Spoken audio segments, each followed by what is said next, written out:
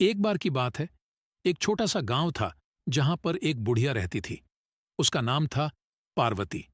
पार्वती गांव की सबसे पुरानी और समझदार महिला थी।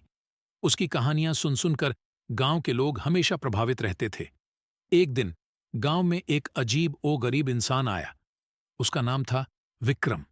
विक्रम किसी को अपनी अनोखी शक्ल और व्यवहार से डरा धमका रहा था।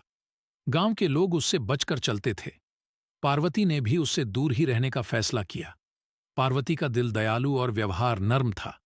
उसने सोचा, शायद विक्रम को समझने और सुधारने की कोशिश की जाए। उसने विक्रम को अपने घर बुलाया और उससे कुछ मीठा खिलाया। विक्रम ने पार्वती की मेहमान नवाजी पर अचंभित होकर कहा, तुमने मुझे इतनी मेहरबानी क्यों की?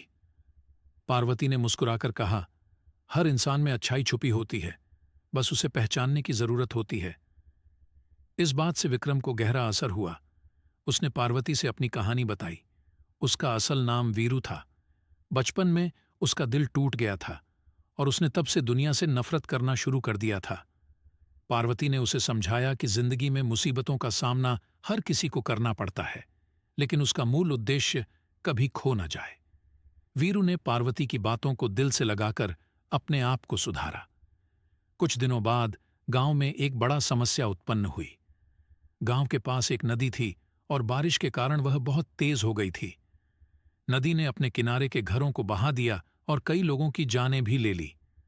पार्वती ने सभी को संभाला और सहायता की। इस मुश्किल समय में वीरू भी पार्वती के साथ था। उसने अपने जीवन के पहले सच्चे काम किया और सभी को नदी से बचाया। इस घटना ने वीरू के दिल में एक नई उम्मीद जगाई और उसने समझ लिया कि इंसानियत और सहायता ही असली जीवन की खूबसूरती है।